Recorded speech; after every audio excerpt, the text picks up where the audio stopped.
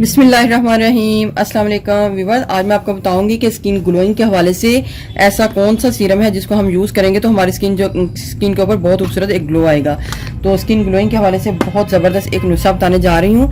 आपने सबसे पहले एक लेनी है 1 टीस्पून एलोवेरा जेल और इसमें आपने ऐड करनी है शहद, और आपने शहद को बहुत ही थोड़ा ऐड करना है, इसके चंद कतरे ही आपने ऐड करने हैं, इतनी, ठीक है।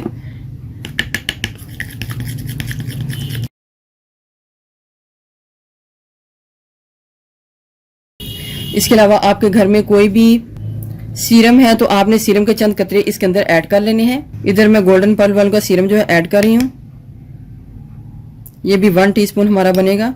अगर आपके पास कोई भी किसी किस्म का सीरम नहीं है तो आप इसकी जगह स्किन शाइनर को भी डाल सकते हैं, और इसके अलावा आप ग्लिसरीन को भी ऐड कर सकते हैं, तभी हमारा बहुत ज़बरदस्त सा सीरम जो तैयार होगा। ये देखें।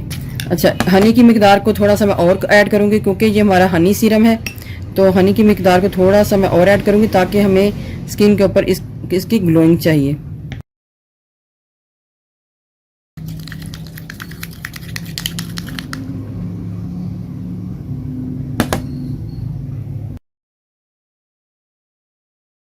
बहुत कमाल का ये सीरम है। आप इसको रनी फॉर्म में भी रख सकते हैं और ऐसे भी रख सकते हैं। 1 से 2 कतरा आपने अपनी स्किन के ऊपर लेना है और इसको हल्के हल्के हाथों से अपनी स्किन के अंदर अब्जॉर्ब कर देना है। याद रहे कि अगर आपके घर में कोई भी किसी किस्म का सीरम नहीं है तो आप इसकी जगह जो ग्लिसरीन है उसको भी ऐड कर सकते हैं, या फिर आपके पास अगर स्किन शाइनर है तो उसको भी ऐड कर सकते हैं। तो ये देखिए कितनी खूबसूरत हमारी ये कंसिस्टेंसी में ये सीरम तैयार हुआ है। ये हनी सीरम हमने बनाया है।